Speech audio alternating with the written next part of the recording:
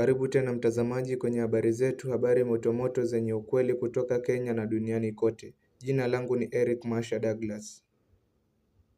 Naam, Linda Mwananchi sasa waelekea mlimani wakijijenga kuwa vuguvugu la taifa. Kundi hili linaongozwa na seneta wa Nairobi Edwin Sifuna, mbunge wa Embakasi Mashariki Babu Owino na gavana wa Siaya James Orengo.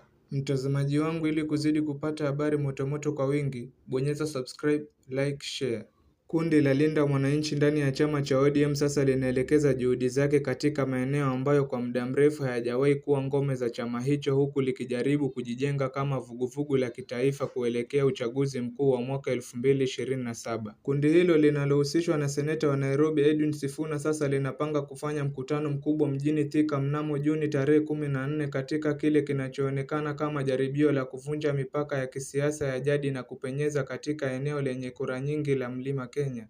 Hatua hiyo inajiri huku kukiwa na uvumi kuhusu mazungumzo ya siri ya kuunda muungano mpana wa upinzani kwa lengo la kumenyana na Rais William Ruto katika uchaguzi mkuu ujao wa mwaka 2027. Kundi hilo linaonekana kujiamini baada ya kupata mapokezi mazuri katika eneo la Ukambani wikendi iliyopita, ambako lilifanya mikutano katika maeneo ya Mtichu, Machakos na Mlolongo. Hii ilikuwa mara ya kwanza kwa Linda Mwananchi kufanya shughuli zake nje ya maeneo yanayoonekana kuwa ngome za ODM.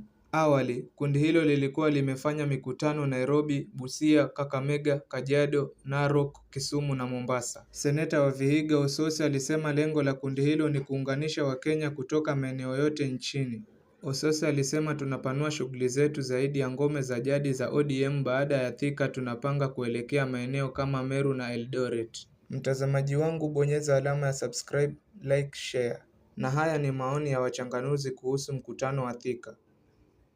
Wachambuzi wa siasa wanataja mkutano wa Thika kama hatua muhimu katika safari ya kundi hilo la kujijenga kitaifa. Mchambuzi wa siasa Joshua Wafula anasema kuwa iwapo mkutano wa Thika utapata mafanikio sawa na yale yaliyoshuhudiwa katika maeneo mengi, basi itakuwa vigumu kwa wanasiasa wengine kupuuza ushawishi wa Linda Mwananchi katika hesabu za urais za mwaka 2027. Anasema uamuzi wa kuanzia Thika ni wa kimkakati kwa sababu Mlima Kenya utaendelea kuwa eneo muhimu katika kuamua mshindi wa uchaguzi wa urais. Anasema uamuzi wa kuanzia Thika ni wa kimkakati kwa sababu Mlima Kenya utaendelea kuwa eneo muhimu katika kuamua mshindi wa uchaguzi wa urais. Katika uchaguzi wa mwaka 2022, eneo la Mlima Kenya pamoja na bonde la Ufa kaskazini lilichangia takriban 63% ya kura zilizompa ushindi Rais William Ruto dhidi ya aliyekuwa mgombea wa Azimio Raila Odinga. Kaunti 10 za Mlima Kenya zilimpa Rais William Ruto zaidi ya kura milioni 2.9, huku maeneo hayo yakiendelea kuongeza katika usajili wa wapiga kura wapya kulingana na takwimu za Tume Huru za Uchaguzi na Mipaka IEBC. Mikakati ya Linda Mwananchi pia inafuatia taarifa kwamba kuna mazungumzo ya kuunda muungano kati ya kundi hilo na viongozi wa upinzani wanaohusishwa na aliyekuwa naibu rais Rigathi Gachagua.